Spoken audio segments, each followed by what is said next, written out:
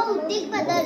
आता रासायनिक बदल बघा. इथं आपण काय ठेवलंय बघा, असं याच्यावर ठेवलंय आणि ह्याच्यात आता साखर, कुठला रंग आहे साखरेला सांगा? पांढरा. पण जर आपण साखर ह्याच्यात ठेवली आणि त्याला उष्णता दिली, साखरेचा रंग बघा कुठला होतोय.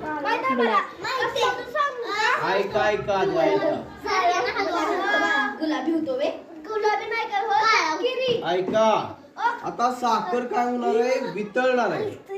हलायला लागली म्हणजे वितळल्यावर तिचं काय झालं, थोडस द्रवात रूपात. आणि जो अरे दिसणार आहे आणि परत याचा काळा कार्बन तयार होणार आहे. काय होणार आहे? कार्बन तयार होणार. कळलं का? बघा बाई आले पुढे त्याला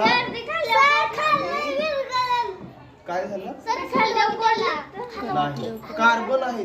थांब, आता त्याचं हळूहळू कशात रूपांतर व्हायला लागलं? चॉकलेटी रंग. आणि परत थोडा वेळ अजून उष्णता दिली तर ती कुठला रंग होणार आहे तयार? त्याचा कार्बन तयार होणार. कार्बन म्हणायला काळा कार्बन असतो. पण परत त्याची साखर तयार